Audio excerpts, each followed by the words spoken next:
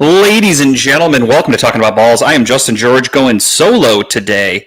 Let me mess around with a couple things here if you don't mind. One thing I would like to do is I want to make myself not be a circle, but I don't know how to do that. So, bear with me. Okay. That's not how you do it. Okay. I don't know. Maybe that's how you do it. Remove from stage, solo layout, edit mic settings. No. Okay. Nope, don't want that. Exit solo layout. Okay. We're going to do this way, and then we are going to go down here, and we are into the beginning of the show. BS, everybody. So Kyle is stuck with work. George is coming home from football practice with his son, and that means I am flying the ship, and I haven't done this in a while, so bear with me. Okay. I don't like that I'm a circle right now. I would prefer to be a square, but I don't know how to do that, so we're just going to let it go for right now. Maybe when George comes back, we'll get it going. Give me a minute, bear with me. I'm going to share the show and everything live with this episode is, of course, called The Gambler because of the news that happened during our last 2 weeks off. Or longer than that, actually. Shit. So, for those of you that are familiar with the show, yes, we did take a little bit of a break. I went on vacation, and then we came back from vacation. I was back last week, and we were getting ready to prep for the show. I was super busy. I had just gotten back from vacation over the weekend. I didn't even have time to really prep the show. And I messaged George, and I'm like, hey, I'm really sorry. I'm going to get a show prep going. And Kyle was like, hey, I'm super busy too with work, blah, blah, blah. So he said, take the week off. So we took an extra week off. Now we're back this week. And then Kyle, right before the show, is still tied up with work. So he told me that he is not going to be able to join us. So I'm going solo today. And again, no George either. So trying to do everything. Totally cool with that. The only problem is I am trying to remember how to... There it is. Okay. George has me all hooked up. He's ready to go. I just have to remember how to do everything. Again, my biggest issue is I don't like that I'm a circle. I feel like since I'm by myself, I should just be kind of in the middle of the screen as like a square. But I don't know how to do that. So, fuck it. I'll ask George when he comes on. Maybe if I just click it. That did not do it. Okay. Let me exit full screen because that's not going to help me. Live with the Gambler. Now, thank you for watching my classic post. Thank you for watching. I stole that from Elvis. Elvis was very gracious to all of his fans when they came out to watch him. He'd always thank everybody, which is the fair thing to do. So thank you for everybody that's watching. Thank you for watching. Exclamation point. Let me copy that so I can paste it later. Share now. 1 second. This takes a few minutes, but we're going to be okay. Excuse me.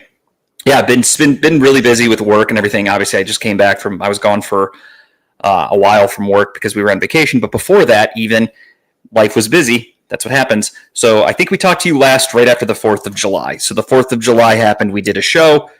Shout out to my man, Guardian Guy Greg. He was not happy with our critique of the Guardians and the way we explained everything. He was very offended by it, if you will, because he says we don't have an understanding of service time. And I forgot what else he said, but he basically didn't like our Guardians take last time. Sorry, I'm looking at an Indians hat. Chief Wahoo, it made me think say Indians. I'm not one of those people that's saying, bring the Chief back. I've moved on. I don't like the G logo. I've said that a million times, but I'm okay with the name. I don't give a fuck personally. It doesn't really matter to me. Let me share the show to all of these pages really quick. Share. Not the singer. If I could turn back time. Share. Podcast. Share. All right. So after the last show we did, we took a little bit of a break because I was going on vacation, and it was the All-Star week and shit like that. Didn't really matter for baseball, so we took some time off. I actually ended up getting really fucking sick the week of our vacation. Sunday before our trip, kind of started feeling a little sick. We went out to eat, or we went to a coffee shop. Kind of didn't feel great all day. I laid around. I told Tara, I'm like, hey, I'm sorry, but like, I'm kind of out of commission today, so I laid around. Before I went to bed on Sunday night, wasn't feeling great. So I was like, you know what, fuck it. I don't even want to set an alarm. I want to just sleep in and get healthy for our trip. So I called off work. woke up, got to work, or felt a little bit better. Oh, Steve, what's up, dude? I am back telling the story of pre-vacation. Yeah, wasn't feeling too good, so I took off work. Tuesday rolled around, I got up, I went to work. Still wasn't feeling really great. And then woke up Wednesday, and I was sicker than before. I was fucking miserable Wednesday, so I called off again. Stayed home. I literally slept all day trying to get better because Thursday, what was the date? The 18th, maybe? Got to check some dates. I don't remember. 17th. Yeah, so Thursday the 17th, my plan was to go to work, come home from work, pack up the car, hit the road. We were heading to South Carolina that night. Now, mind you, I was feeling like shit. So I fucking battled all day at work. I'm popping cough drops. I'm eating cold medicine, everything. Because I'm like, dude, I got to go. I have to work all day. Then I have to get in the car and I have to drive for fucking, I think 8.5 hours was our trip to get to North Carolina for our hotel. And I already booked the hotel.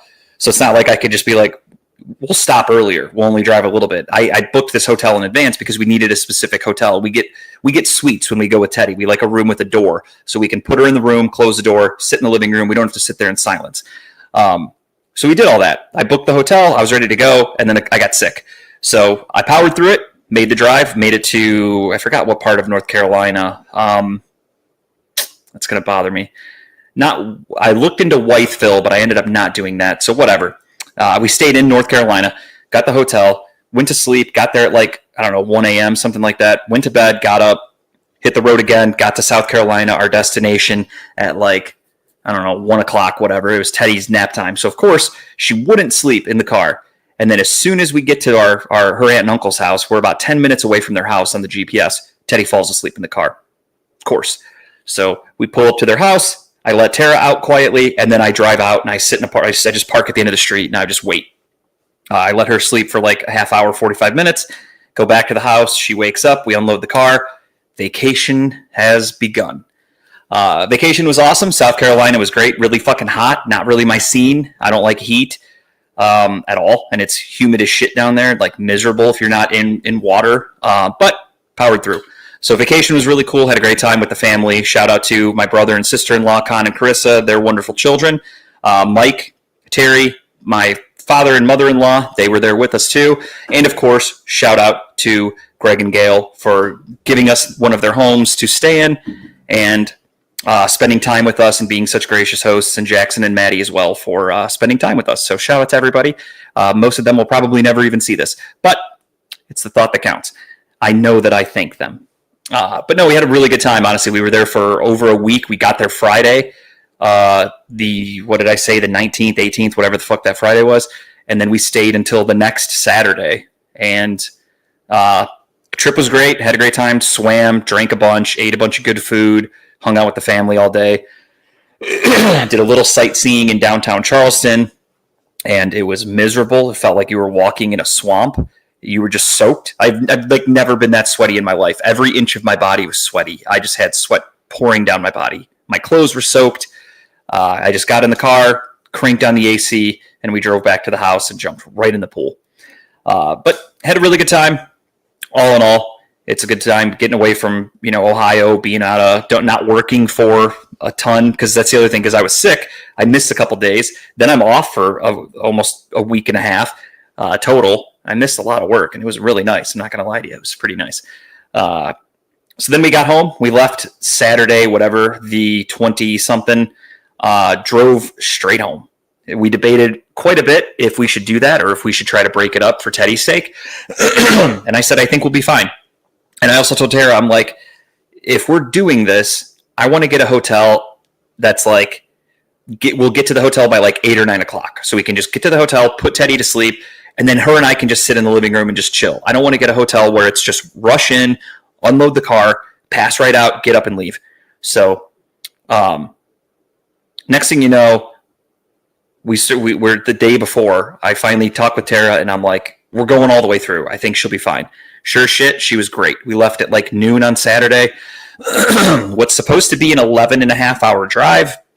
Obviously, we had to break it up a little bit for stops to get gas, to feed Teddy, to do other things, change her diaper, whatever. We ended up getting home at like 1:30 Saturday night. Not bad at all. So that was my week there. And then really not a whole lot's happened other than that. Before the vacation, I went to Topgolf for work, had a good time. Had vacation, been watching a lot of TV, catching up on shows, because I'll be honest, when I was down there for that week, I didn't watch any TV. Hardly. I turned on a little bit here and there. What the heck? Tara's texting me. What the heck? Her room still messed. I did all of her clothes. I did most, but didn't hang up her clothes. I'll tell her that, because that's the truth.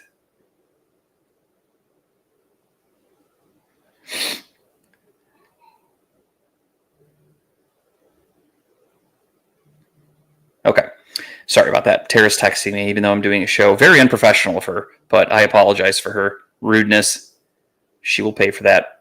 So yeah, we did Topgolf before, the week before vacation for work. That was a good time.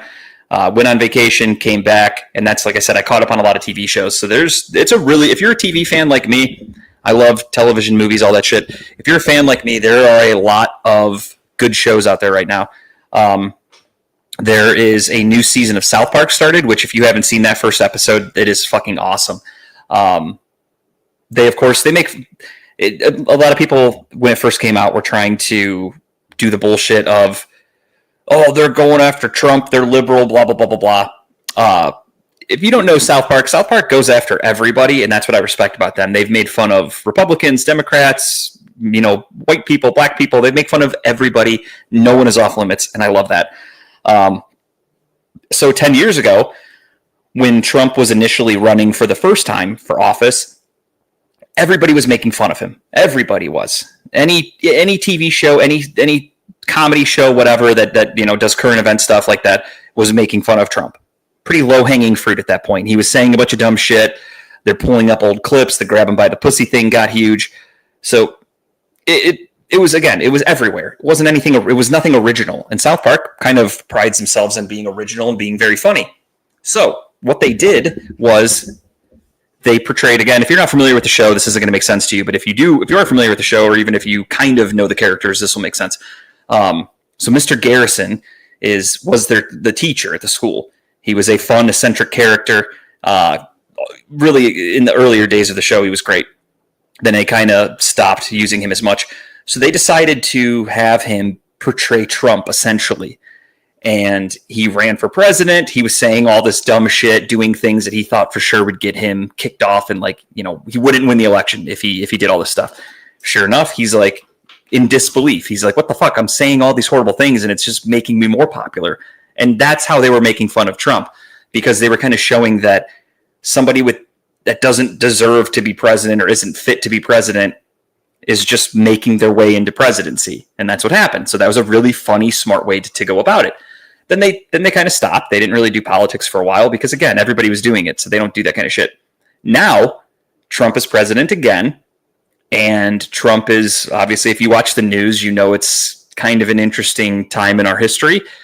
He's suing TV stations and channels for he doesn't like how they portray him in an interview or whatever. And, he's tariffing people and suing people and this and that. He's basically like a bully, or not a bully. He's like a kid throwing a tantrum, essentially. So whatever. It's you guys know what's going on in the political climate. I'm not here to tell you about that. South Park decided to go right after him. They have basically brought back the Saddam Hussein character from the 90s, and it's Trump. He is acting identical to him, and he's, hey, relax, guy. Really funny. I thought the first episode was fantastic. There's a new episode on tonight. They took last week off. Tonight's episode, my understanding, is Mr. Mackey, the school counselor, he needs a job, so he joins ICE. So they're going right after all the political current events, and I love it because they put a funny spin on everything, and I can't wait to see tonight's episode.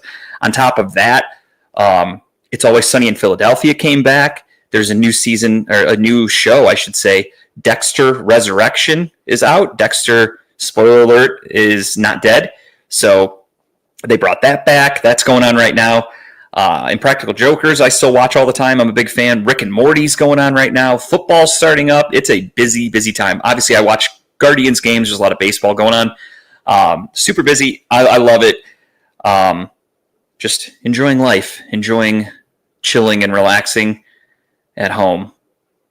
And yeah, that's pretty much all I've been up to. Really not a whole lot. Just, having a family, taking care of the yard, hanging out with them, doing shit. We're busy all the time. In fact, leading up, like in the coming weeks, it's nonstop. We have this weekend, we have some of Tara's family actually from South Carolina. They're coming up here because they're on her mom's side of the family. Her mom's brother passed away a few months ago, and they wanted to do something with the whole family because people weren't able to come into town, and like people couldn't make the, initially when he passed away. So they're doing a thing on Saturday for the whole family.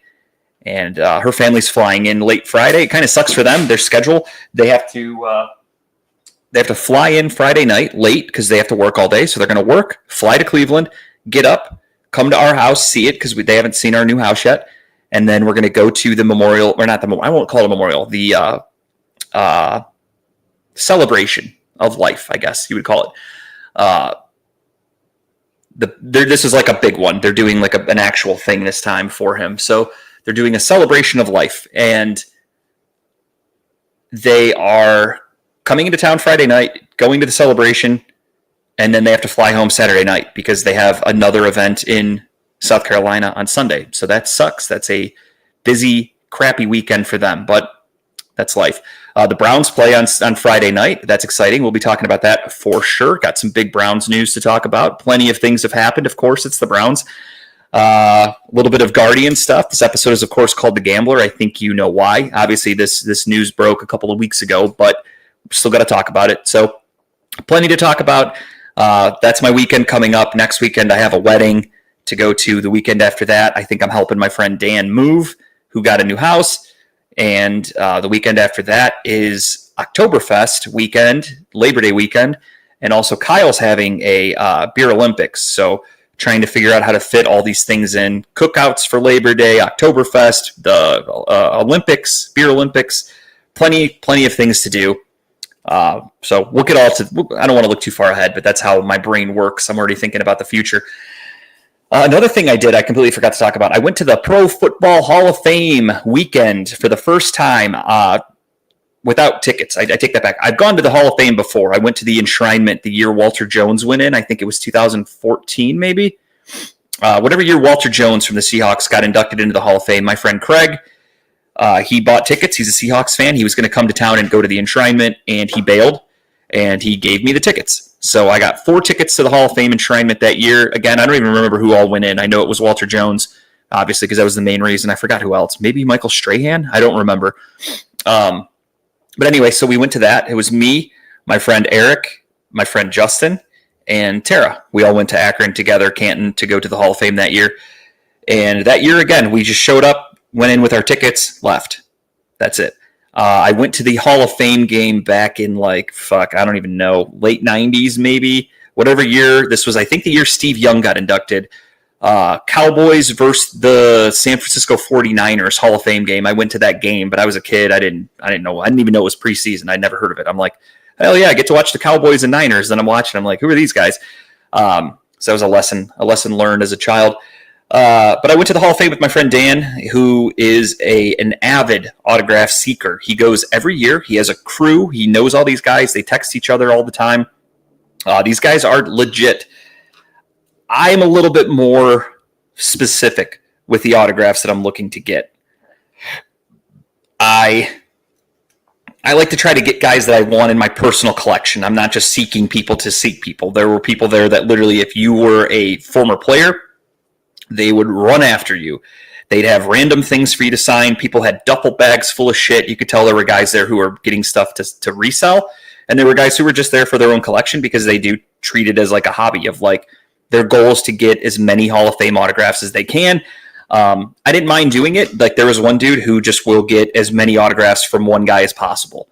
A lot of people, they'll sign for you once, and then they give you your shit back, and then you're done. You get one autograph. Understood. I respect that. But there was like an instance where Chris Berman came over from ESPN, very famous boomer. So he came over. He's signing autographs.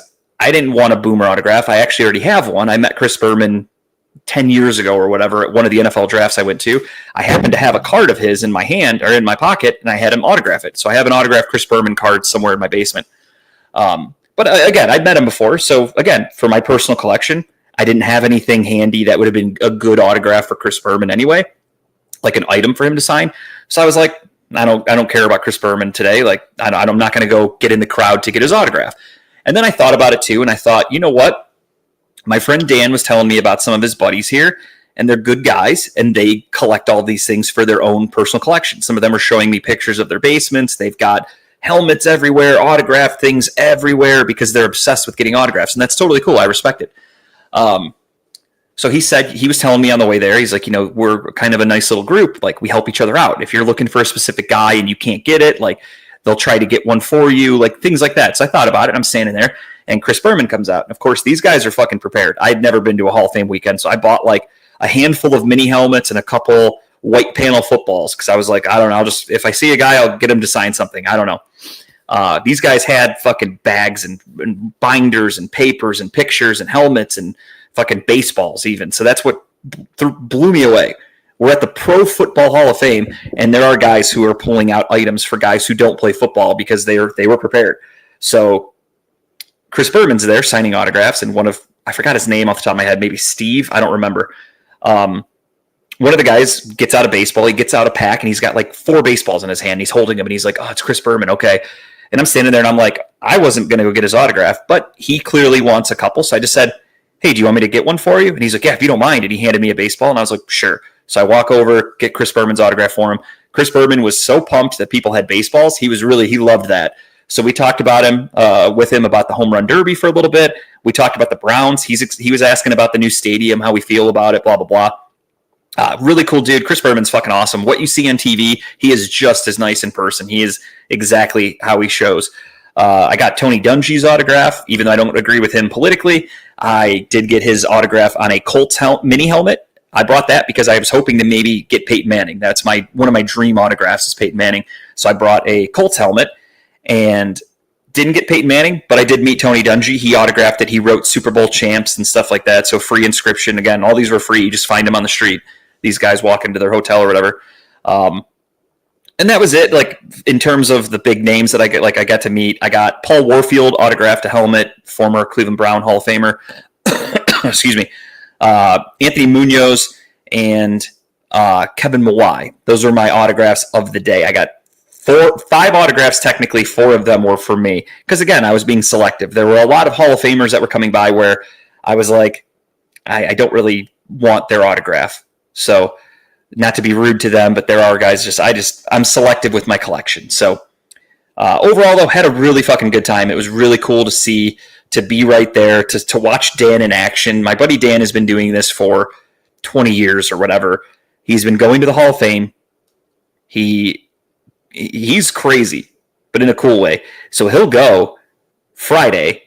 He takes off work, goes down all day Friday, meets guys. Like this year, I'm pissed I didn't go with him because he got Jim Kelly's autograph. He got 2 autographs from Calvin Johnson, who was a guy who I was dying to get. I bought specific helmets for the weekend. I bought 2 teams worth. I bought one team was the Lions because A, they were playing in the Hall of Fame game that weekend, so I thought maybe there would be Lions players there. I don't know. And B, I really wanted Calvin Johnson's autograph. Calvin Johnson's one of my favorite players I ever watched catch a football. I would love to have a Calvin Johnson autograph, and I got this really fucking cool Lions helmet. I was all pumped, and I'm at work. Dan texts me, boom, 2 Calvin Johnson autographs on a helmet. I was a little jealous. I'm like, fuck, that's so cool. Like, you got 2 of them. I would love to get one. And then I show up on Saturday. I don't know what happened, if he was only there for the day, but Calvin Johnson wasn't even announced on the stage the next day. So everyone thinks he went home early. He left Friday or something. I don't know what happened, whatever, but didn't get to meet Calvin Johnson. In fact, didn't get any Detroit Lions autographs. So thank you to Amazon for their return policy. Sent back all the helmets that didn't get used. But yeah, so I got Tony Dungy on a separate helmet, Colts helmet. Chris Berman on a baseball. He wrote back on it or something. I forgot what he wrote. I think it was just back. And then he signed the baseball. He was fucking pumped about that.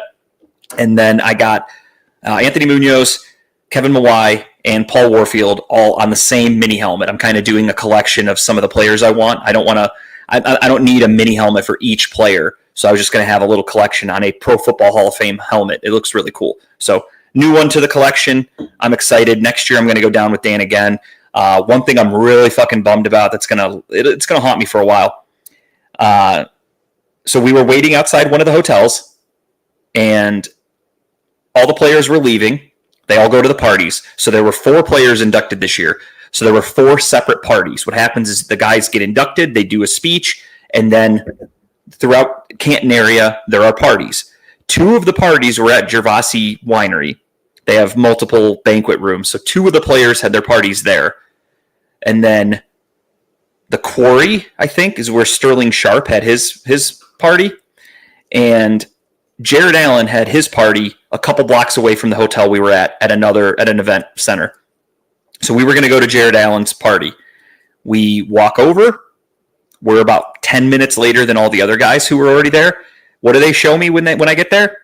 They got selfies with Steve-O and Johnny Knoxville. I have already met Steve-O. I have his autograph. I got a selfie with him. Steve-O's fucking awesome. Johnny Knoxville is a guy that I've never met. I'm a huge Knoxville fan. He's one of my favorite celebrities, whatever you want to call him. I think he's hysterical. I fucking love the Jackass movies and shows. I love it all. I'm a huge Johnny Knoxville fan. I was so bummed that I missed Johnny Knoxville. They got there as he was leaving. He didn't stay long. So he shows up to the party because Jared Allen was in Jackass 3. So Steve-O and Johnny Knoxville were there for his induction. They were at the party. Johnny Knoxville took a selfie with pictures with a bunch of people that were in my buddy's group. And we were, again, 5 minutes too late. They just left. I was so fucking bummed. I just missed meeting Johnny Knoxville. That would have been so cool. But, what can you do? You can't go back in time. Wasn't meant to be. So the Hall of Fame was really cool. Didn't get as many autographs as I would have hoped. I was expecting to literally get fucking flooded with autographs, but whatever. I had a good time nonetheless. Dan and I left at 10 o'clock or whatever to come home.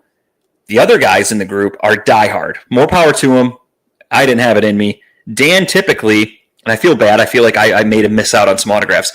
Dan goes there at 8 a.m. on Saturday, and he stays all night, and he comes home at 11 a.m. the next morning on Sunday or whatever, when he waits for guys to leave their hotel to go to the airport, and then he goes home.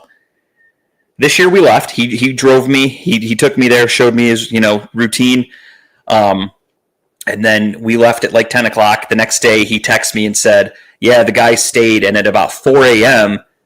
going into the hotel, they got LaDainian Tomlinson, they got Tim Brown, he's naming off all these stud players from back in the day.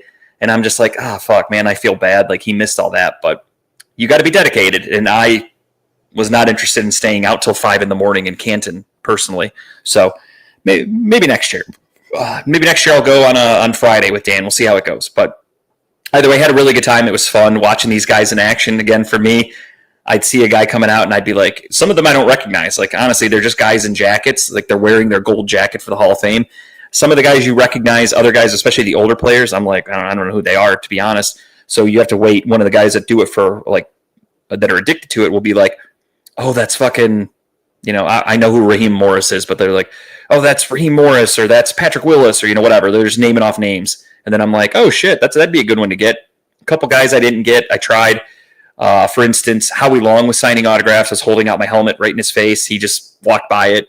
They grab what they can, whatever. Chris Carter, same thing. I think twice Chris Carter, I held it out in front of him. He didn't get it. I missed out on Terrell Davis. I missed out on Jim Kelly. So there were a lot of good players that I just missed out on. They were signing, but it was as soon as I got over there, their guy would be like, hey, man, you got to go. And they pull him away. So I missed out on a few, but whatever. It was a fun experience. Again, I learned. I'm not going to push through a crowd of people to get an autograph for guys like that. There were Calvin Johnson. Yeah, I'd probably, I'd wedge my way through if I had to, because he's one that I really want. Peyton Manning for sure. Some of the other guys, again, Howie Long, I'm not going to fucking break a sweat trying to get his autograph. I could care less. So had a great time though. I really did. I enjoyed it. It was a fun weekend. Hanging out with Dan for the day was really cool. And looking forward to possibly doing it next year. We'll see if my schedule is open. I will do it. That was it. 30 minutes of BSing. Let's get into the show. And our first topic of conversation is to catch you guys all up on what happened with the Browns over the last week, 2 weeks, 3 weeks, whatever. So let's start. Quinshon Judkins was arrested in Florida during a vacation. The story is still very weird. I haven't done a lot of digging into it. It is a domestic violence accusation. Apparently, he was down there with some friends and girls, whatever. One of the girls claims she was assaulted, I think, and then still stayed at the house, hung out with everybody on vacation, and then a few days later reported it. Take that for what you will. I'm not trying to victim blame. I don't know the whole story. Again, I know it's going to sound like I'm victim blaming, but I don't mean it that way. That was just the situation. I don't know. Call it what you will.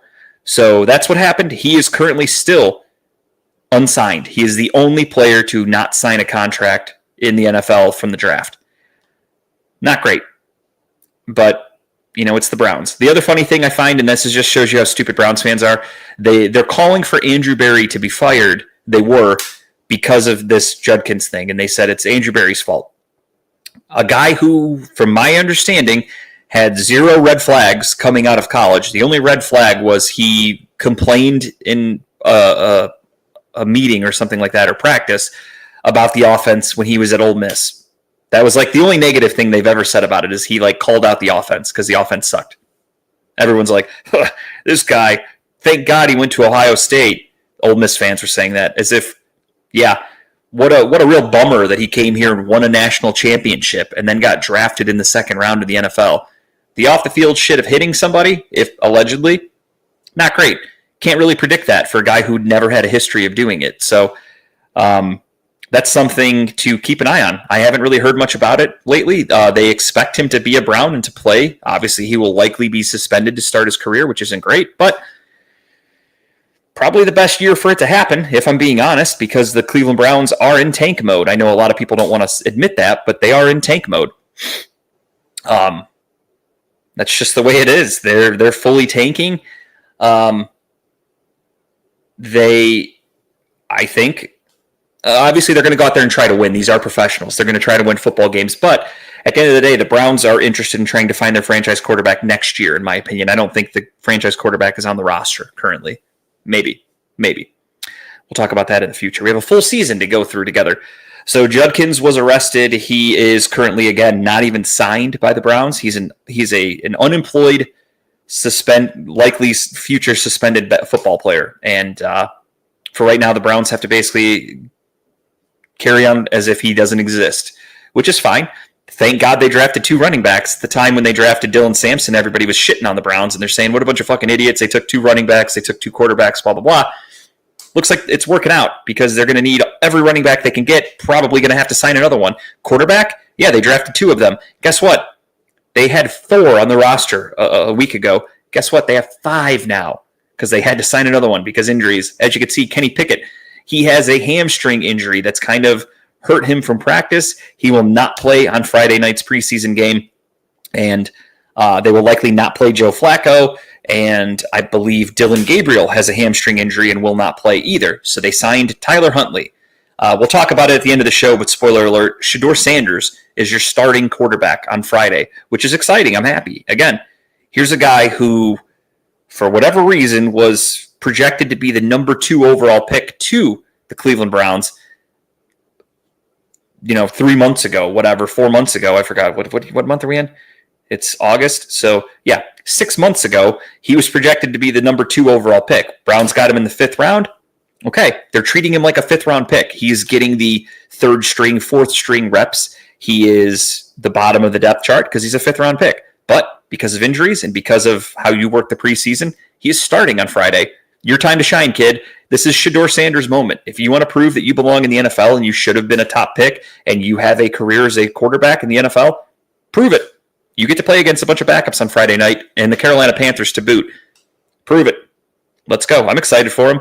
I've never hated a Cleveland Brown in my life. If you're on the Cleveland Browns, I want you to succeed more than I want fucking air in my lungs sometimes. I'm a diehard Cleveland Browns fan. So I am rooting for him. I hope he's the franchise quarterback that we've always been wanting. I hope that means next year we get to use our 2 number ones on other positions and we have a franchise quarterback. Nothing would make me happier. We'll see. One thing that's going to hurt the Browns this season, though, are injuries. Kenny Pickett has a hamstring injury, expected to be fine for the regular season, I'm sure. Martin Emerson, unfortunately, tore his Achilles in practice, non-contact, just went down. Achilles is done. He will miss the year. No questions about it. He is out for the entire season. He had surgery already. Achilles injuries take a year to recover at least. Bummer for him. He was in the final year of his contract, so he was hoping to get another one. Not to be morbid, but on the bright side for the Browns, that means you can probably re-sign him next year for very cheap because he's got to prove it. So you get him for a 1-year deal for cheap. Hopefully he comes back and he's good. We'll see. And I broke the news earlier. The Browns signed a 5th quarterback, and that is, of course, Tyler Snoop Huntley is back on the Cleveland Browns. They signed him because, again, we just need a warm body to play. Kenny Pickett will not play because of the hamstring injury. Dylan Gabriel will not play because of a hamstring injury. Shedeur Sanders will start. Tyler Huntley will be the backup. And Joe Flacco is 40 years old and does not need to throw in a preseason game. So he's not playing.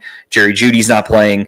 They already said Cedric Tillman's not going to play, so don't expect the starters to play on Friday night. But there's still football, and I couldn't be happier. Last Thursday was the Hall of Fame game. I watched it. I didn't care about it because, who gives a fuck about the Lions or Chargers? But it was so fun to just watch real football. So yeah, there's your current Browns news that's going around. And yeah, Browns fans are just so fucking stupid. I'm listening to the radio today, and there's guys that are complaining that Kenny Pickett and Dylan Gabriel aren't playing on Friday because they're injured. And they're like, why aren't they playing in the preseason game? Blah, blah. And everyone's like, because it's the preseason. They're hurt. Yes, it's not a career-ending injury or a season-ending injury for that matter. Had the game been the regular season game, they probably would play. But it's not. Why would you risk aggravating an injury for a preseason game? That's the dumbest thing I've ever heard. So I am glad that they're not doing it. So that's where it stands right now. We have Kenny Pickett on the bench, Dylan Gabriel, who I really would like to see play, but I understand, again, he's injured, so you're not going to play him. I get it. Not in the preseason, at least, because you don't want to risk, again, if he gets a pass rush coming his way and he's got to take off for a run, he's got a bad hamstring, tears his fucking hammy, he's out for the year. Don't want that. So I'm okay with them not playing. Again, I would like to see Dylan Gabriel play and get some meaningful game snaps, even if it's the preseason, but he's hurt. Whatever. What can you do? More news around the NFL, and let's get to it. We had multiple players demanding trades. We had Micah Parsons, Terry McLaurin, and I believe, was that Jauan Jennings was the other one? I think. I didn't ask George to put that on the slide, so I have to double check. I know it was a Niners wide receiver. I think it was Jauan Jennings. Let's look it up. Let's go Niners trade request.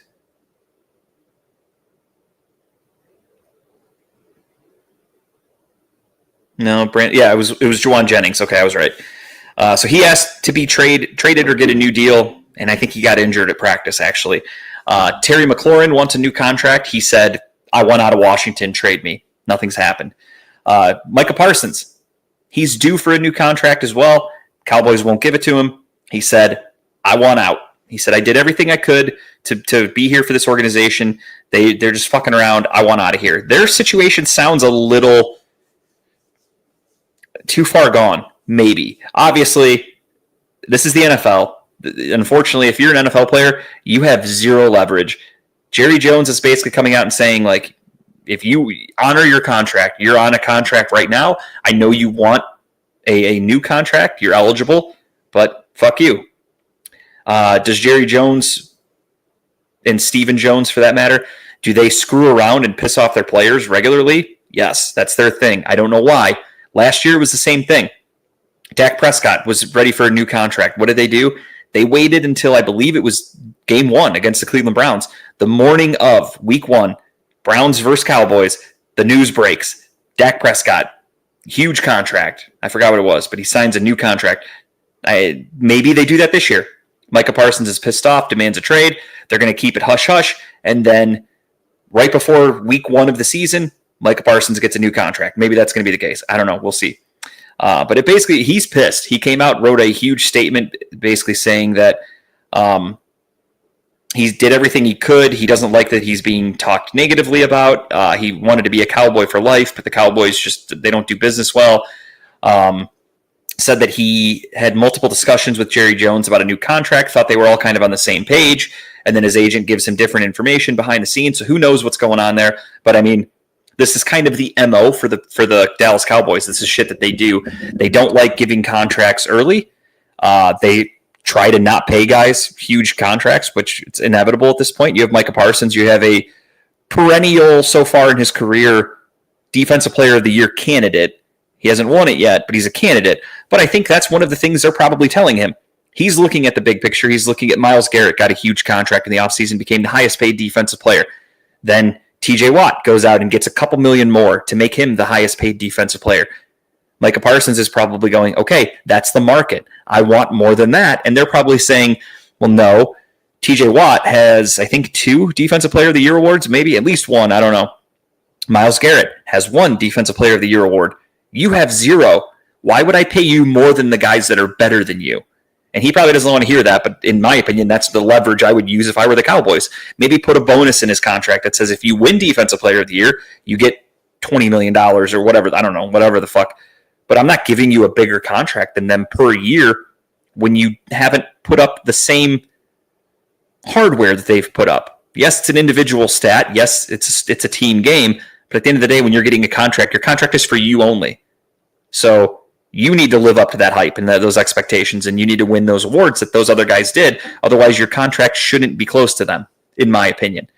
So yeah, that's an interesting one to keep an eye on. And Terry McLaurin as well. He has come out and said he wants a trade out of Washington. Whatever. But again, no rumors because you have no leverage. You're under contract. So the teams can basically look at you and go, fuck you, we're not trading you because we're not going to get good value back. I mean, Terry McLaurin is a 30-year-old wide receiver. He's on the down end of his career. What's he going to get from a team? The Commanders can maybe get a couple day 3 picks, maybe. I doubt a day 2 pick. I really do. I doubt it. He's good, but he's old. Like when we got Amari Cooper in Cleveland and Jerry Jeudy, these guys were in their 20s still at that point. Terry McLaurin, you're 30 years old. That's old in the NFL, dude. You've been in the league for almost 10 years. That's old. So you can ask for a trade. The Commanders can just go, no. You could sit out then, and you get fined. You're losing money. It's costing you money to not play for us right now. So not only do you want a new contract with more money, you're losing money every day, and we don't have to do anything because you're under contract. So if you don't come and play this year, your year gets voided, and you're still under contract for next season until we release you, trade you, you retire, whatever. We own your rights. I'm not going to call it slavery because they're getting paid very handsomely to do this job. So it's not slavery, but you're under a contract. It's no different than if you go get a job somewhere and you sign a contract to work for a company. You have to honor your contract. That's why they sign contracts. So there's legality to it. So Terry McLaurin, same thing, wants a new contract or he wants traded. They didn't give him the new contract by July, so he said, I want traded. Nothing's happened since then because, again, there's no leverage in the NFL. The teams can do whatever they want. You can just sit at home unpaid, paying the team, actually, because you're getting fined every day that you're not at training camp. So teams have all the leverage. Same thing with Myles Garrett. There's still dumb fucking people out there that talk about Myles Garrett and say that he took the money. He wanted a Super Bowl, but he took the money. No, he didn't. He realized he was fucked. The Browns said, fuck you. I'm not trading you because the most we're going to get is maybe 1 first-round pick. We'd rather you just play here and be great than get 1 first-round pick and hope that guy's half as good as Myles Garrett's the best defensive player in football. No question about it. If you ask any player, any coach, anybody in the NFL, they're going to say Myles Garrett is the best, most disruptive defensive player in the league right now. I don't care about Pittsburgh fans that go, oh, TJ Watt. Everybody in the NFL, the people that know football better than you could ever fucking imagine, say it's Myles Garrett. You on your couch, you go, oh, it's TJ Watt. I watched him get a sack one time, and it's like, yeah, but you didn't realize he wasn't even blocked because they were more worried about Cam Hayward than they were TJ Watt. That says something. Myles Garrett doesn't get many free looks at a quarterback because they put 3 or 4 people on him because he is a very, very important person for an offensive game plan. But I digress. Myles Garrett is the best defensive player in football. He wanted traded. The Browns probably took a call or two and realized they're not offering what we want. Here's the price. Nobody wanted to pay it. And they said, okay, fuck you, Myles. You can stay home. And I've said this before. You can stay home, sit out, and you'll pay us because you're under contract. So you will be fined every day you're not there. You won't get paid. You will pay us, and it won't count for a year on your contract because you didn't play. So you could do that. You can play for your current contract. That's totally fine too. Or we will offer you the same contract you would get elsewhere, but from us because you're our property, basically. The Browns have you under contract. You can sign it here, you can play out your contract, or you can lose money. And he said, okay, you got me. I will stay here for the most amount of money that I can get. And that's exactly what he did. So I wouldn't say he took the money. I'd say he realized he was fucked and he was going to be a Cleveland Brown whether he liked it or not. So if you're going to be a Cleveland Brown whether you like it or not, you might as well make as much money as possible. That's just good business. So that's why Myles Garrett is still a Cleveland Brown. Do I think he wants to be? No. Do I think he likes this current team? No. Remember when he said, oh, I know a little secret about the quarterback situation. You think they told him it was going to be Kenny Pickett? You think they said, hey, we might bring Joe Flacco back, and that got them all hot and bothered and excited? You think they hinted, hey, we're going to bring in Dylan Gabriel? No. Obviously, Shedeur Sanders was not part of their plan because Shedeur Sanders fell to them in the 5th round, and they took him because he was just still there. They weren't going to take him initially. They clearly had no interest in taking Shedeur Sanders till he fell to them. So they definitely didn't tell him that guy. So the 3 options, Myles Garrett told the media that he knew a little secret about the quarterback. They got Kenny Pickett, Joe Flacco, and Dylan Gabriel. So take that for what you will. Myles Garrett is just being a politician. He's playing neutral. He's trying to act like he's, all in on the Browns. But that was a pretty bad line for him and pretty stupid in my opinion because it didn't age well. Other news, Christian Wilkins. George used an old picture there. He actually plays for the Vegas Raiders now. The Vegas Raiders.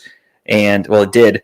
He was a big free agent signing with the Raiders a couple of years ago. I actually really wanted the Browns to sign him. He was the best defensive tackle free agent by far. And the Raiders backed up the Brinks truck, paid him a fuck ton of money that the Browns couldn't afford, and he signed with the Raiders. I think he did okay there. Truly couldn't tell you how he did. Never looked at his stats. The Raiders also sucked, so no idea how he did. However, all of a sudden he is abruptly released from the Raiders about a month ago or so. Everyone's like, what the fuck? And then some stuff starts coming out that there were some weird things happening that no employees wanted to talk about. And everyone's like, what the fuck does that mean? What did he do? And then they're saying, oh, he just got kind of weird and he would try to tickle his teammates' feet and they got all freaked out. You don't cut a guy for being weird and tickling. Look up some of the things Charles Haley did back in the day. I know it was a different time. I just dropped my headphone case. That's annoying. I think they turned off. Maybe not. I don't know.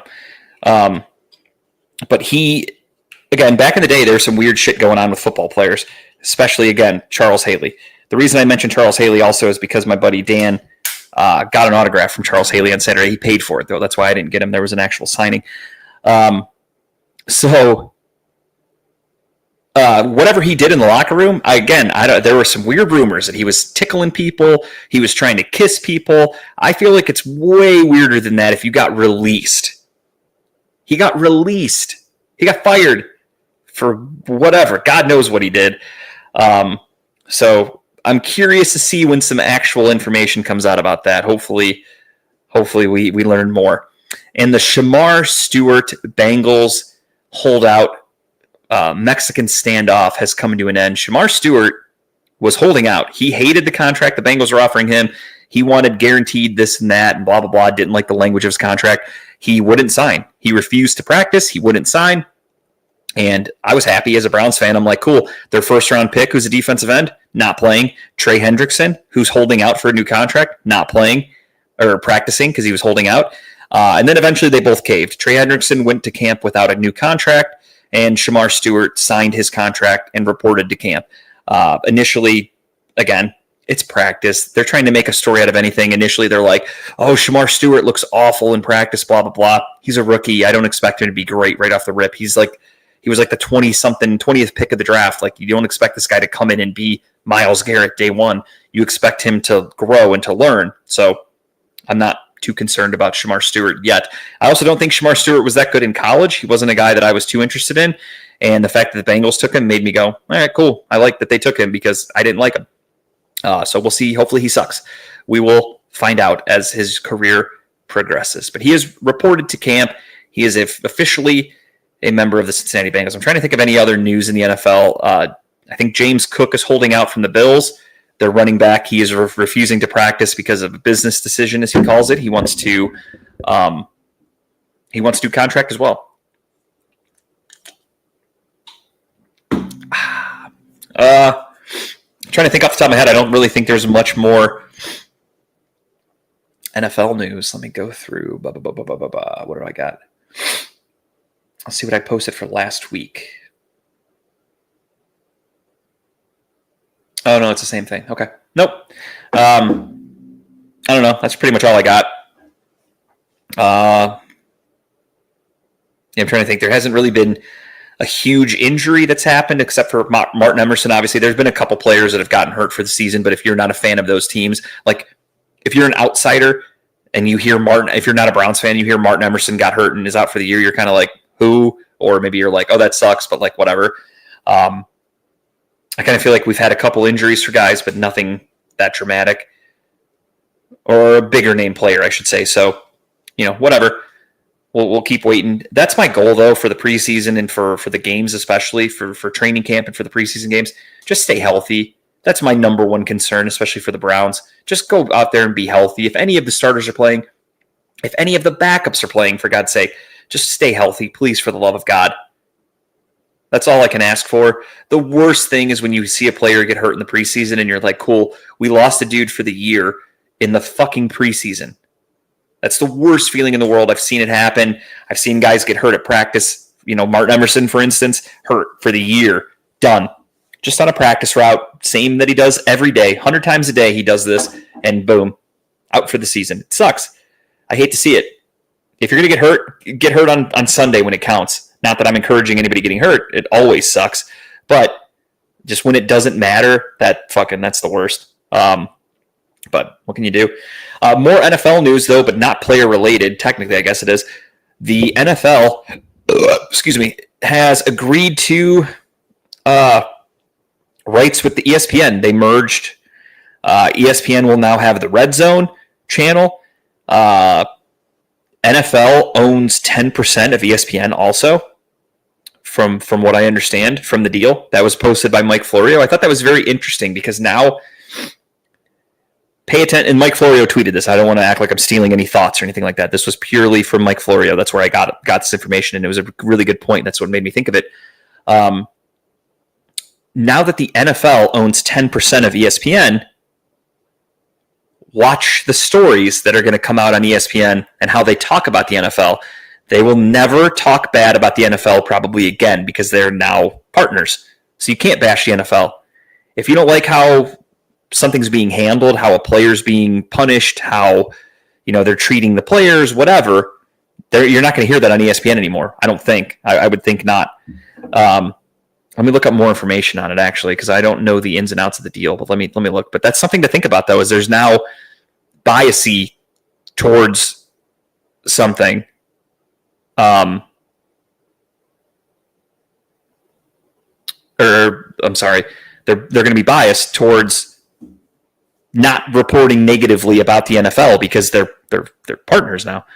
I'm sorry, let me typing here. NFL ESPN deal merger. Yeah.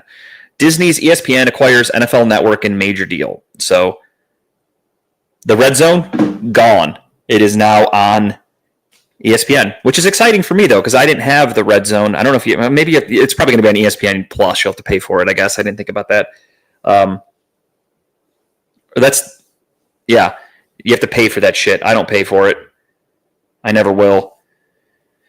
I think it's the red zone. Is that the red zone? Is the red zone the one that they show where every team's at like the 20-yard line or something like that? If you're in the red zone, they show a game. I thought there was a channel that just does that, or is that just NFL Game Day or something? I don't know. I don't know. I just watched the games. I don't care about that other shit. But yeah, so they merged yesterday. The deal was officially announced. Let's read here. ESPN to acquire NFL Network in landmark agreement. The deal, which gives the NFL a 10% equity stake in ESPN, includes the NFL Linear Red Zone channel and NFL Fantasy. So now everything will be ran through ESPN. The agreement between the sports media giant and the NFL aims to set a new standard for how professional football is delivered, experienced, and celebrated by fans. The company released in a press statement, today's announcement paves the way for the world's leading sports media brand and America's most popular sport to deliver an even more compelling experience for NFL fans in a way that only ESPN and Disney can. That was from Robert Iger. Commissioner Goodell and the NFL built outstanding media assets, and these transactions will add to consumer choice, provide viewers with even greater convenience and quality, and expand the breadth and value proposition of Disney streaming ecosystem. So, a bunch of bullshit. NFL programming will remain on cable, satellite, and leading streaming providers, the company said. The one thing I don't know, though, is like ESPN now gone, or NFL Network, I'm sorry. Like NFL Network plays like classic games. They have like the top 100 players. They have history things.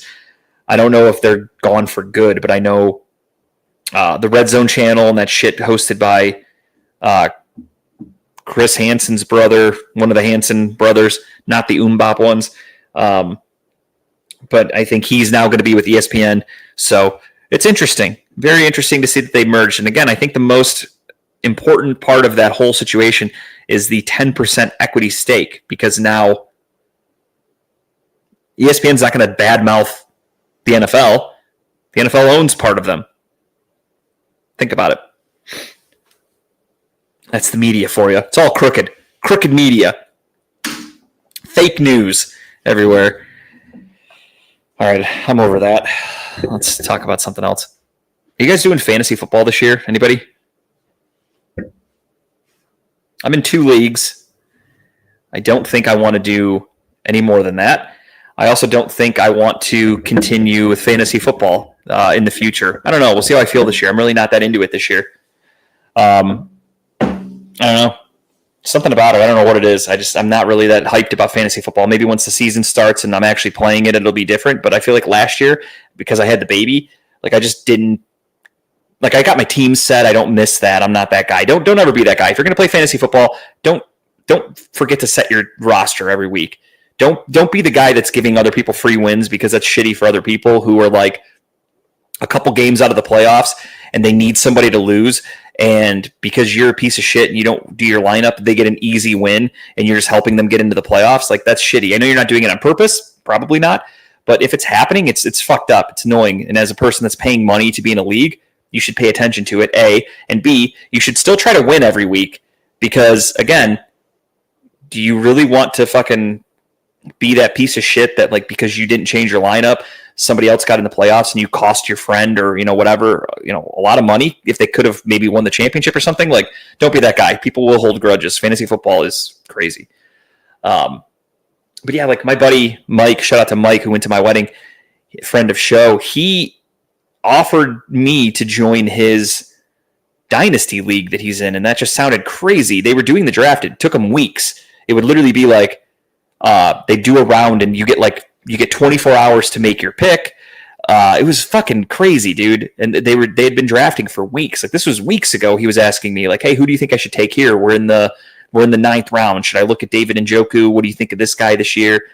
And I'm like, dude, I haven't looked at anything for fantasy football yet. I haven't even done it. I don't like to draft till the preseason's done because guys get hurt. There's nothing worse than, again, you're spending however much you spend. I'm in 2 leagues. I think my one league is $100. The other league is $125, I think, is the payout or the buy-in. I'm spending over $200 a year on fantasy football, and albeit I have won the championship before last year. So 2 years ago, I won the championship in a league. And then last year, I was in the championship and I lost the championship. And then in the other league, I've won the championship like 3 times or something like that. So I've gotten good payouts and I win. I'm consistently in the playoffs at least. But when you're spending that kind of money, Like, I expect everybody to take it serious. But there's nothing worse than you spend $100, we'll say. You draft your team. You're all excited for the season to start in a couple of weeks. And then in the preseason game, your first-round pick running back breaks his leg or tears his ACL. Done. Your season's fucked. You're fucked. And it hadn't even started yet. That's the worst part. So that's why I like to wait till after the preseason. Because if someone gets hurt in practice, that's completely out of your hands. Nothing you could do. A game, different story. Games are dangerous. Let's wait till those motherfuckers are done. That's just me, though. So, yeah, we'll see. Again, I'm in 2 leagues this year. Maybe next year I bail on one of them. I've been in the one league forever, though. I love it. I love the guys I do it with. I've been in the league with them for like 20 years. A lot of different faces over the years. People have come and gone. I got in with my uncle. Half the people that were in it have left. And there's a few people that have stayed. It used to be cool. Everyone was local. We'd all get together. We'd draft in person. We had really good times. Haven't been able to see those guys in person in a few years, but we still have a group chat. We do the draft together every year. Remotely, we'll do the draft. So, whatever. I like it for now. We'll see how I feel next year. Maybe if I win again. If I win a championship, I think I'll be back. If I don't win a championship, it might make me be like, eh. But going out as a champion is kind of fucking cool. I don't know. We'll see. I don't want to get too far ahead of myself. I got to draft first. All right, so the trade deadline has come and gone for the NFL or for Major League Baseball. It was weeks ago. The big moves: Guardians traded Shane Bieber to the Toronto Blue Jays, and the Guardians traded Paul Sewald to the Detroit Tigers. As far as big name players getting dealt this year, in my opinion, there weren't really too many groundbreaking trades. Josh Naylor, who the Guardians traded to the Diamondbacks. The Diamondbacks have punted on the season. They traded Josh Naylor to the Mariners. We're trying to think of some other big trades. I mean, there were plenty of trades, don't get me wrong, but there's nothing crazy, in my opinion. The Padres traded away some good prospects to get some relief bullpen help from the A's, I believe that deal was. I don't have anything listed here. I'm going off my memory. And yeah, other than that, just teams just, you get a couple extra pieces. You try to get a couple bats. The Cedric Mullins got traded to the Mets. The Mets traded for some relief pitchers. So, again, Mets also got swept today by the Guardians. 3 out of 3 in a row. Guardians won. Gavin Williams had a no-hitter going into the 9th inning with 1 out in the 9th. He gave up a home run to Juan Soto. He threw like 120-something pitches today. He had to have been gassed, but he almost had a no-hitter. He gave up like 4 walks, but he had a no-hitter going, which would have been fucking cool. I've never seen a Cleveland no-hitter in my life. The last one was Lenny Barker in, I think, 1981, I think. Could be wrong on the year, but that was the last one. I was born in 89, so I've never seen a no-hitter from a Cleveland pitcher. I've seen no-hitters for sure elsewhere, but I've never seen one. Wait, what the hell? We got invited to this? Sunday, August 10th. Didn't even know we were invited to that. Sorry. But yeah, so almost saw a no-hitter today, but the trade deadline is coming past. Guardians didn't make any moves to add. The Guardians only made a move or two to subtract. And the Shane Bieber trade was interesting. Fans immediately got pissed.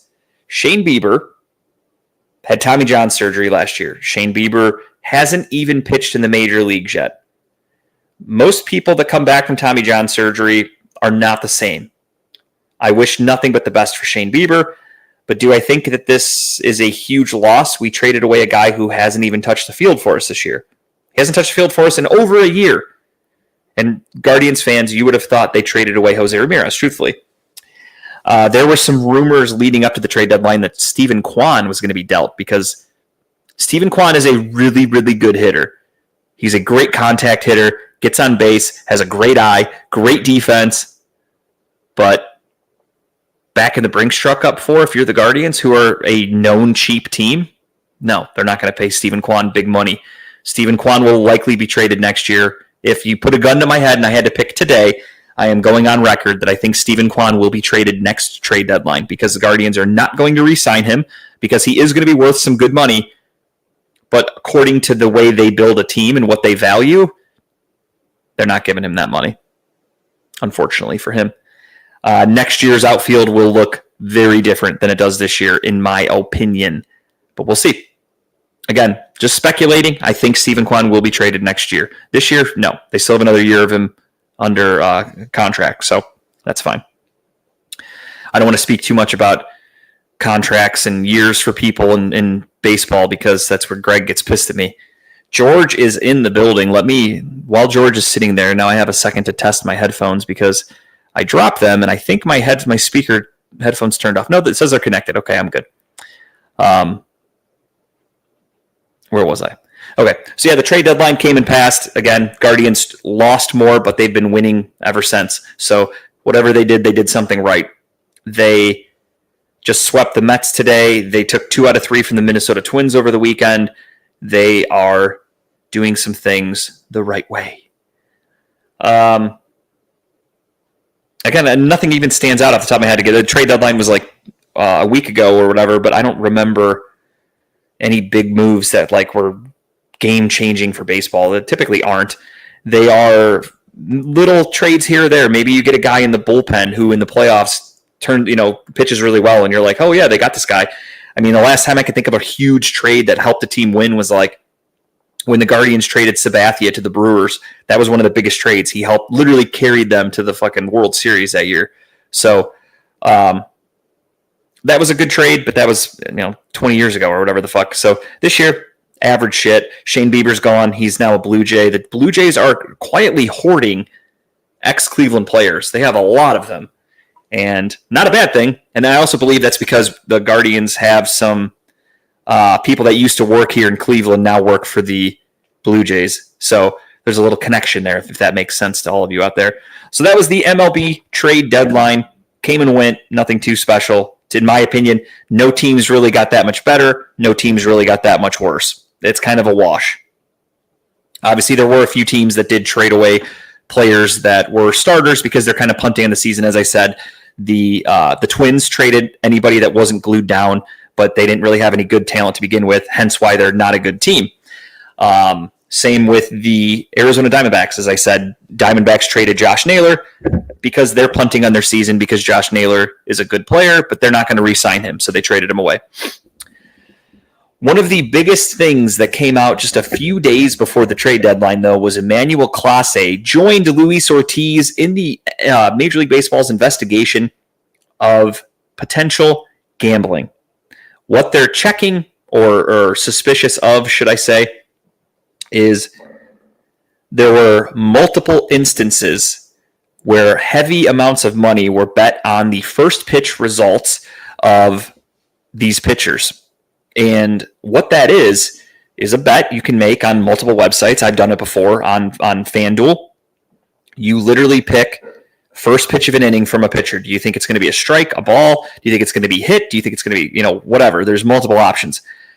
Hit and play, hit as an out. Yeah, you could do hit and play, hit as an out, strike or foul ball, or a ball. I think maybe there might be strike only and then foul ball as a separate one. I don't remember. I haven't done it in a while. But my understanding is basically Major League Baseball, they don't go after you for one suspicious incident. They pile up. They let a couple happen before they actually do anything. And I think what happened was there were multiple instances where they noticed heavy money put down on Emmanuel Clase's first pitch, and those first pitches were egregiously bad. It wasn't he just missed the black and it was called a ball. They were literally spiked in the dirt. The home plate is 60 feet, 6 inches away from the pitcher's mound. He threw the ball 50 feet. Like, they were that bad. So, again, a lot of people out there think that Major League Baseball did it because of one time. My understanding, from what I've seen and read, is that they let these pile up. They waited until there were a handful of instances where they go, it's very suspicious. There's heavy money put down on Emmanuel Clase from, whatever betting website for a first pitch ball. He comes out, spikes it in the fucking dirt. It's one of those things where they're like, happened once. Okay. Happened again. Okay. Happened again. All right. We got to get this fucking dude. He's clearly doing this. There's no question.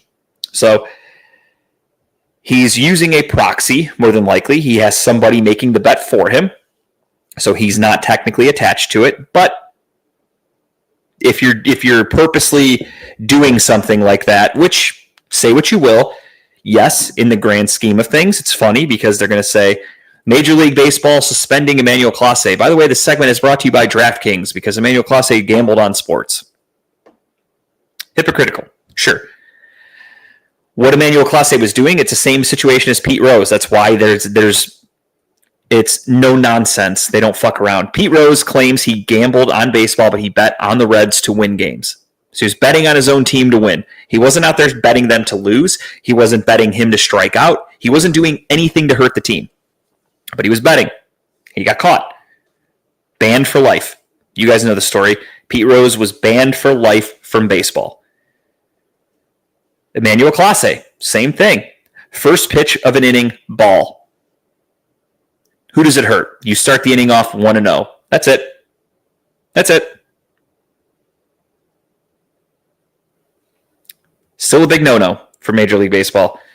Can't do it. It's not hurting anybody, but it's the integrity of the game. It's the fact that he was gambling.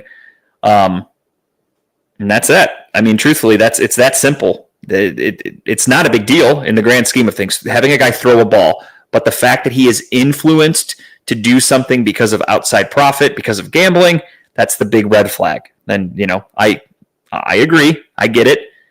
Because if you let him get away with that, where does it lie after that? Where's it becomes a weird, a fine line. Where do you draw the line at that point? Not that they would ever allow a guy to bet on baseball. I'm speculating. Like, yes, in the grand scheme of things, it's very minor. It has no effect, no impact on the game at all. There were guys in basketball, kind of the same thing. That one player, who was it? Was it Michael Porter Jr.'s brother? I think it was Michael Porter Jr.'s brother. I think he's the one who got caught betting on himself for basketball. He was a bum. I didn't even know the guy was in the league. Truthfully, I'd never heard of him. Apparently what he would do is he would bet on himself for the under. He would come into a game, he'd play for a couple minutes, and then he would go, my eye hurts, I can't play, my ankle hurts, whatever. I lost the contact lens, I got to get out. And he'd leave the game, not come back, and technically he played for a few minutes. He did not get the 4 points, his over-under said, and he is out of the game. That's fucked up. When you're purposely quitting on your team to make money, you're purposefully, maybe intentionally not trying to score points for your team because you don't want to score too many points. That's fucked up. Throwing a ball in the dirt, not a big deal. But the integrity of sports that are now all sponsored by betting websites. One of the people sponsored by a betting website that helps put money into his pockets bet on the sport he plays, and it's a big no-no. Hypocritical, but I get it. Rules are rules. So he's fucked. Emmanuel Clase will likely never be heard from again. He will. I feel like they're not going to, unless he completely confesses, they're never going to be able to.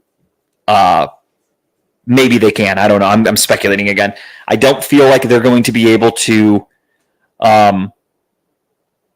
pin this on him if he just denies it. Because again, I feel like he was using a proxy. So if he gives a friend, I don't know how much he was betting. I don't know. I'm speculating again. If he gives him $50,000 and says, hey, put $50,000 on me to throw a ball tonight. He does that. His friend makes the bet. He throws a ball. Friend cashes out. Emmanuel probably gives him 10% or whatever for making the bet. That's it.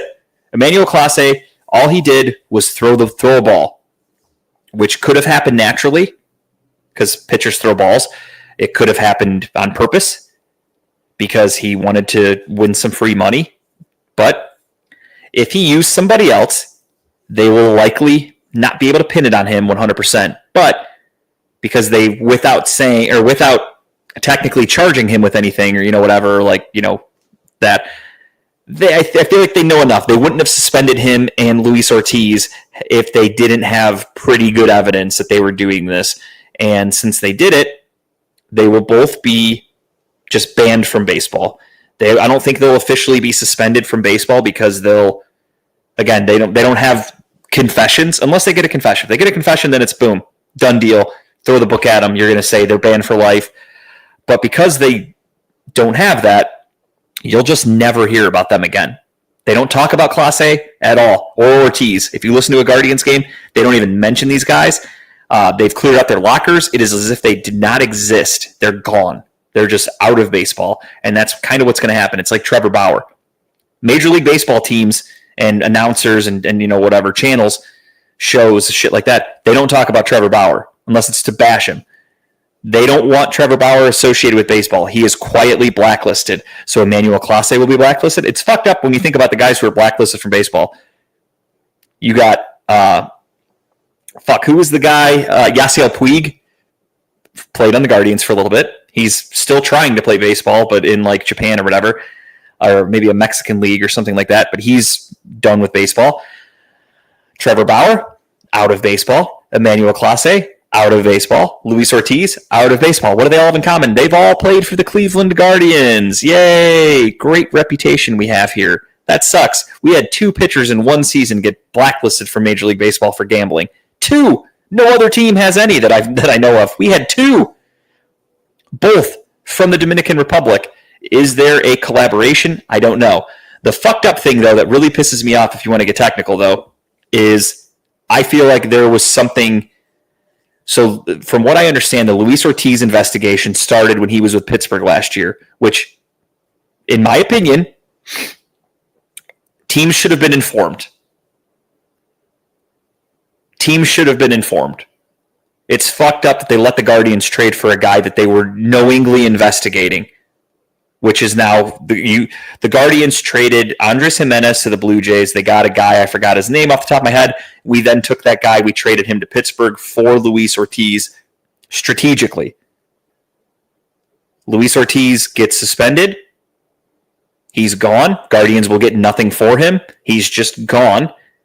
And the Major League Baseball, whoever their investigative team is that handles all this shit with the betting, they knew about him doing this. They were looking into it starting last year when he was with Pittsburgh. So they let us trade for him. Again, they didn't have any evidence. So they weren't going to throw the book at him yet. So I get it. That's why they didn't say anything. But it is kind of fucked up that they let us trade for him when they knew there was an active investigation going on.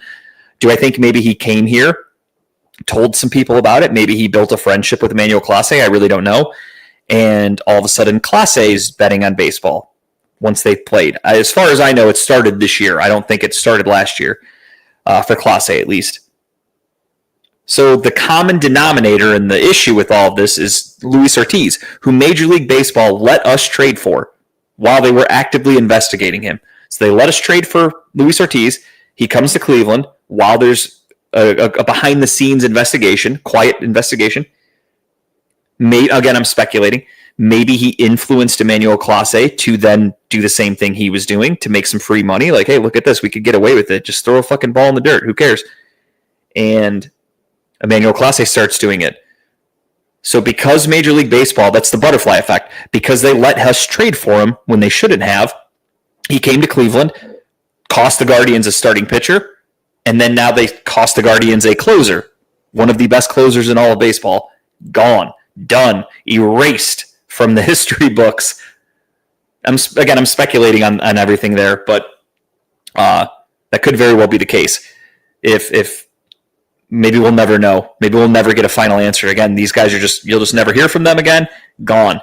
But that's the fucked up thing, though. From what I saw, Major League Baseball was investigating Luis Ortiz when he was with the Pirates.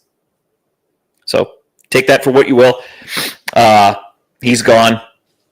But on the bright side, that opened up 2 roster spots, and the Guardians had to make some moves, so they brought up C.J. Kayfus is now getting some playing time with the Guardians. Had his first multi-hit game today against the Mets. Good for him. He's a nice little player. So we'll see. Again, maybe he could be a guy you see in the future. The Nolan Jones, I loved Nolan Jones the first time he was with the Guardians. I was upset when they traded him to Colorado. He came out, openly admitted that he had some serious mental struggles when he was with Colorado because, it just mentally was like, they're human beings. I know a lot of people don't want to hear this, but pro athletes are human beings, whether you like it or not. They're just really fucking good at something. But they're humans. So Nolan Jones got kind of fucked up in the head mentally when he got traded because he was here in Cleveland with, at the time, Tristan McKenzie, who was his best friend, and got traded to the Colorado Rockies, a shit franchise. So he kind of feels like, oh, great, they don't value me in Cleveland. Like, I really liked everything there. I had friends on the team. Now I'm on a new team. We suck. He was struggling at the plate. It just really fucked with him mentally. Guardians then trade back for him. They gave up Tyler Freeman, and they probably wish they didn't, because Nolan Jones has been pretty terrible here in Cleveland, to the point where it's getting near designated for assignment time, in my opinion, for Nolan Jones. I really like him. I wanted him to be great. I was a huge fan of him, but he is just not playing well this year, and moves have to be made. And again, next year, I don't expect Stephen Kwan to be on the team at the end of the season next year, unless they come to some sort of hometown discount contract. I don't think they will. Center field, you have, I'd have to look up, I don't know Lane Thomas's contract off the top of my head, but he's been a huge disappointment this year, struggling to stay healthy, and just not producing when he does play. So Lane Thomas has been a huge dud. So I expect the outfield to be totally different next year. Is that Chase DeLauder? Is that CJ Kafis? Who knows what it's going to look like next year, but I think it'll be very different. I do know that a lot of people have to work on some things for next season. Like Kyle Manzardo, everyone in the internet bitches and wants him to be the everyday player. And it's funny to me that when everyone on Twitter complains, they're saying Stephen Vogt doesn't know what he's doing. This guy sucks. Blah blah blah. Why is he not playing Kyle Manzardo? Why is he playing David Fry over Kyle Manzardo? David Fry has hit a home run in 2 games in the last week where he's playing for Kyle Manzardo. And then they bitch and moan that he should be playing first base over Carlos Santana. Santana was on a nice little hitting streak for the last couple of weeks. He had like an 8-game, 10-game hit streak going on, which was pretty good. And on top of that, Kyle Manzardo's really bad defensively. He is a bad first baseman. He needs to get much better if he wants to be an everyday first baseman. I don't think Guardians fans take that into consideration because he's a good hitter. So they kind of feel like, whatever, let him do whatever he wants at first base. I've watched Kyle Manzardo. I forgot who he played. I think it was a day game. He had like fucking 3 errors in 1 game, albeit kind of an anomaly. I don't think it'll happen every week or every night, but pretty bad. He's a pretty bad defensive first baseman. He needs to get better if he wants to be an everyday player. As far as DHing, he can't DH every day because we have David Fry, who just had Tommy John surgery or shoulder surgery, whatever the fuck it was. He had something with his arm. He can't throw. So David Fry has to DH only, otherwise he cannot play. He's healthy enough to bat, so he needs to get some at-bats because he's on our roster. But then there are Guardians fans bitching and moaning, why is Kyle Manzardo on the bench? Can't play everybody, unfortunately. And hate him or love him, David Fry, today, played over Kyle Manzardo. What did David Fry do? Hit a home run in the 2nd inning. I think you guys can stop questioning Stephen Vogt at this point. I think he kind of knows what he's doing. That's just me, though. All right, enough baseball talk. Hopefully that was good enough for Guardian guy Greg. I doubt it, though. I'm sure I'll get a critique text. He was so hateful in his last text to me. He was so angry. So angry. I'm just kidding. But yeah, so there's a little Guardians talk for everybody. The Guardians are chugging along, though. I mean, I joked. I said that we were going to take the month of July off, which we did, or June we took off. And I said, we're going to take the month of June off because it's kind of slow. And I joked with somebody who said, what do you mean the Guardians are playing? I said, there'll be 10 games out of first place when we come back. Technically, they were. In July, they were 10 games back. Now they're like 6 or something like that. The Tigers have been struggling. Guardians have been winning. Excuse me, I have the hiccups. And Guardians are only a few games out. They're only a couple games out of the wild card. So take that for what you will. This team is not built for a championship, in my opinion. I'm just going to call that right now. I will, if they make the playoffs, great. If they don't, whatever. I'm not getting excited for a deep playoff run this year because they're going to run into juggernaut teams that I don't think they'll beat in a 5 or 7 game series. Tigers, nope. They won't be able to beat them. Maybe they could get by the Mariners. Maybe. That would even be tough. Probably not past the Blue Jays would be tough. I'm just going off of who's there right now. Yankees, you might be able to beat.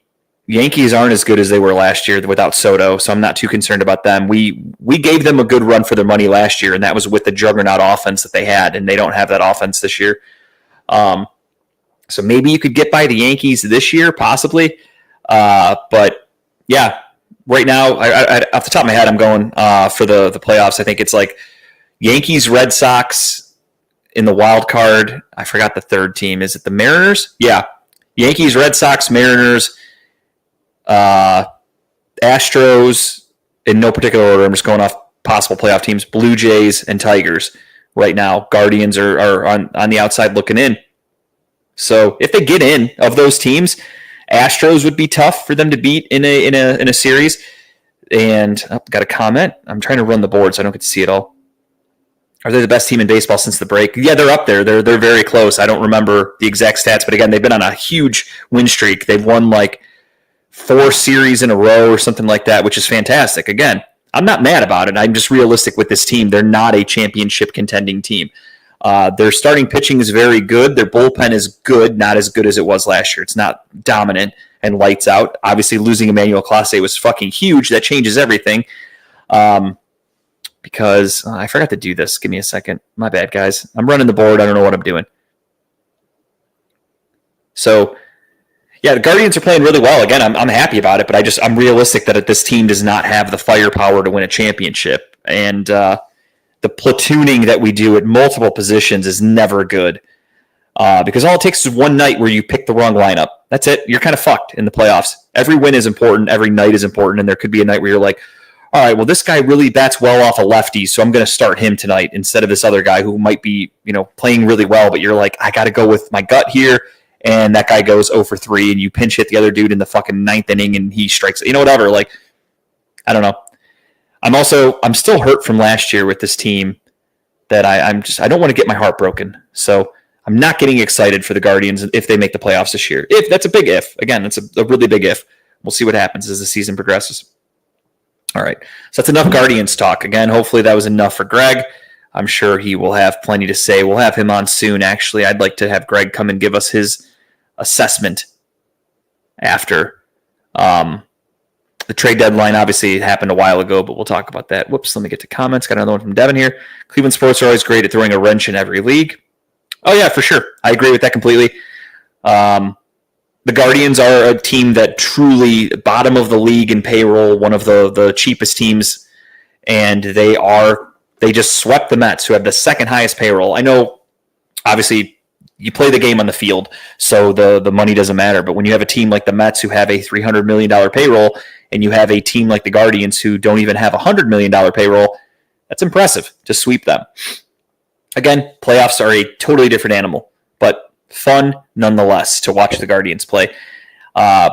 Speaking of fun to watch play, hopefully that is the case on Friday night with Shedeur Sanders starting for the Cleveland Browns, taking on the Carolina Panthers. Normally in the regular season, obviously we do a full breakdown of the game. We do our picks. We do all that fun shit.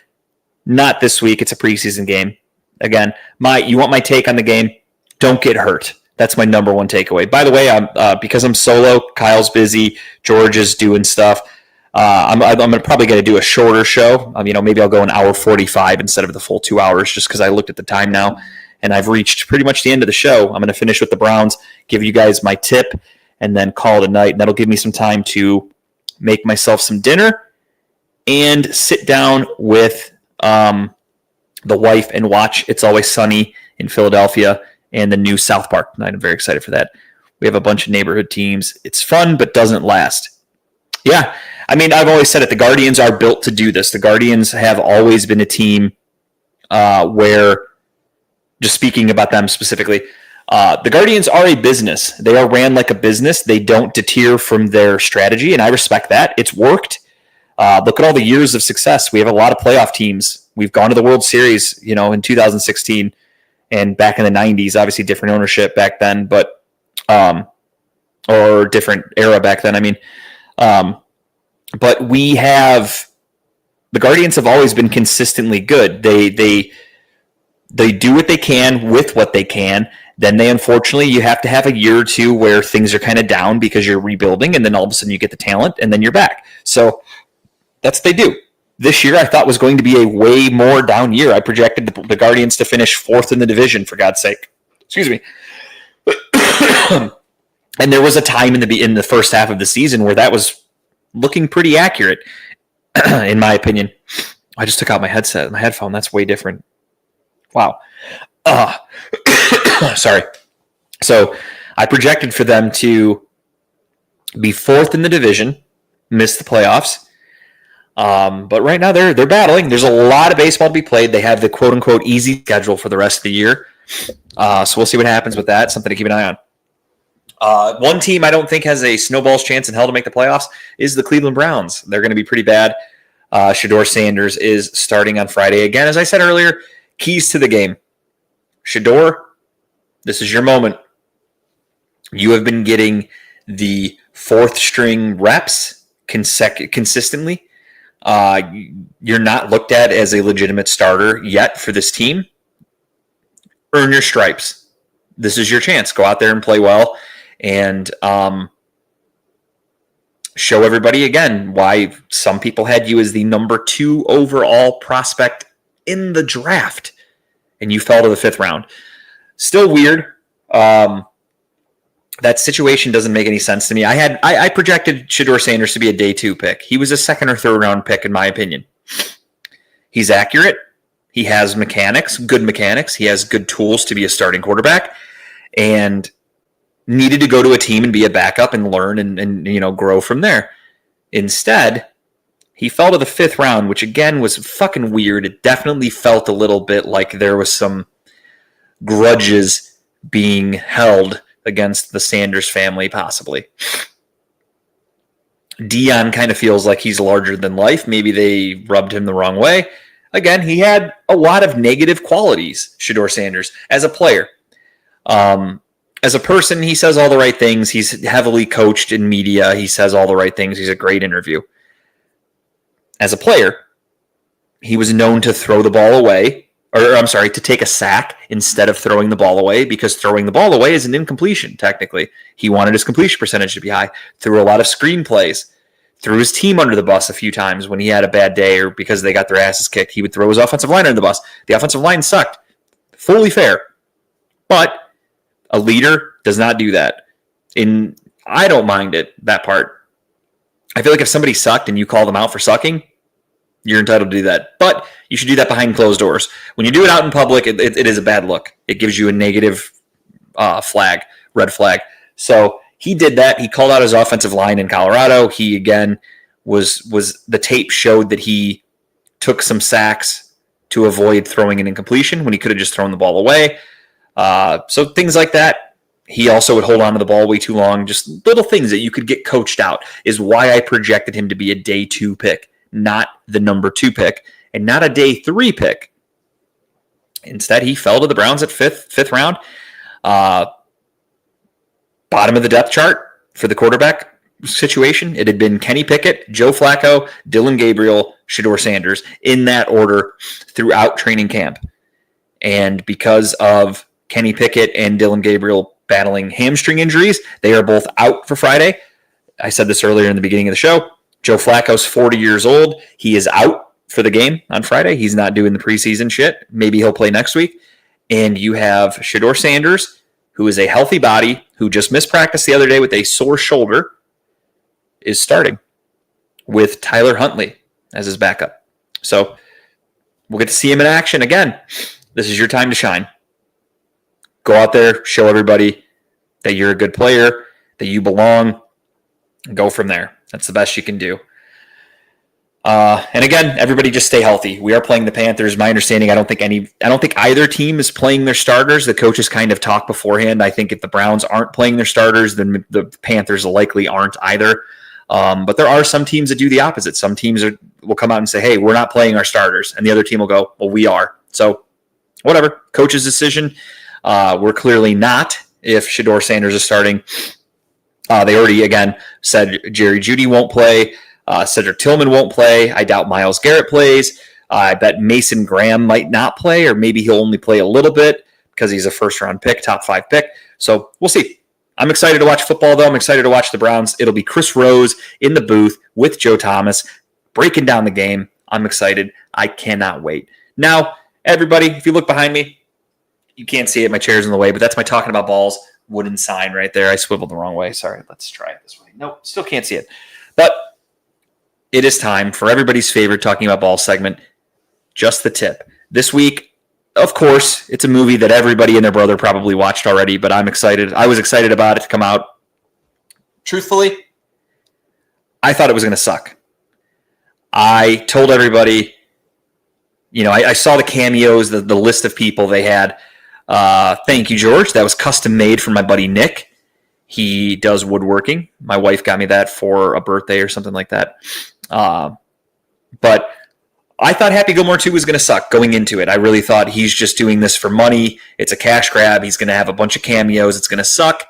And it's going to be the new age stupid humor of Adam Sandler that I really wasn't a huge fan of. I felt like his last few movies, in my opinion, the humor has been kind of, I get it. He's a dad. He's trying to appease families. But for me, I was like, ugh, this kind of sucks.